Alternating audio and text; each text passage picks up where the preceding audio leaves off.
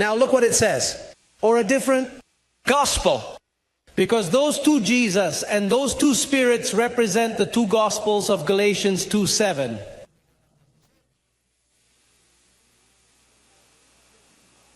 Which is the gospel of the circumcision and the gospel of the uncircumcision. And look what it says. Or a different gospel which you have not accepted, this you tolerate very well. And look at what it says next. Look at the culprits there. In the following verse, but I don't consider myself inferior in any way to these super apostles. He identified them. Who preached a different Jesus? Who preached a different spirit? Who preached a different gospel? The great apostles. Because they were great in the way that they made themselves known. Paul did not. Paul appeared as an abortifacient. Do you know what an abortifacient is? I, the least of the apostles, thus appeared. But then he did like this. Look, but I have done more than all of them. Galatians 2:7, because of visitation. I know that you know by heart Galatians 2:7. But you have to keep reading the same thing because we have only one gospel. There are 14 epistles and they are the same. They do not change. No other epistle can be added to them unless it's the one I'm going to discover later in the closing. Look, but contrariwise, since they saw that I had been entrusted with the gospel of what? Paul is writing as to Peter the gospel of what? How many gospels are there? 2. And which one represents the spirit of the world there?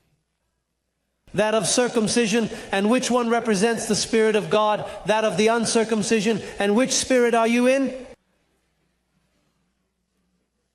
Ah, well, if you are in that spirit, you can see the Lord. You see it that way easy.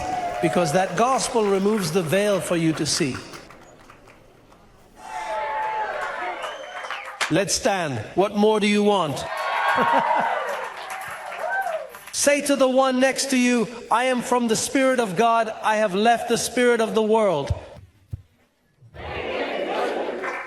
Hey, Paul says that if you do not receive the gospel from him, you are a believer in God who believes in vain. What is it to believe in vain? You go on a journey, and when you get to the place, you go with the purpose of visiting someone, or you go to a restaurant, but when you arrive, it is closed. What happened to the trip? It was a wasted trip. Well, what are you? A believer in God? For if you do not believe in this spirit, in this way of teaching, in the gospel that Paul left written, you are a good believer, but in vain. You believed in vain, it has no fruit. Oh, and you're building with wood, hay, and leaves. And when you set fire to that, look, not even ashes are left. And though you are saved, even as by fire, you don't want to be saved just like that. You want to be saved with a reward. Don't waste your time, blessed. I love you, Abba Father.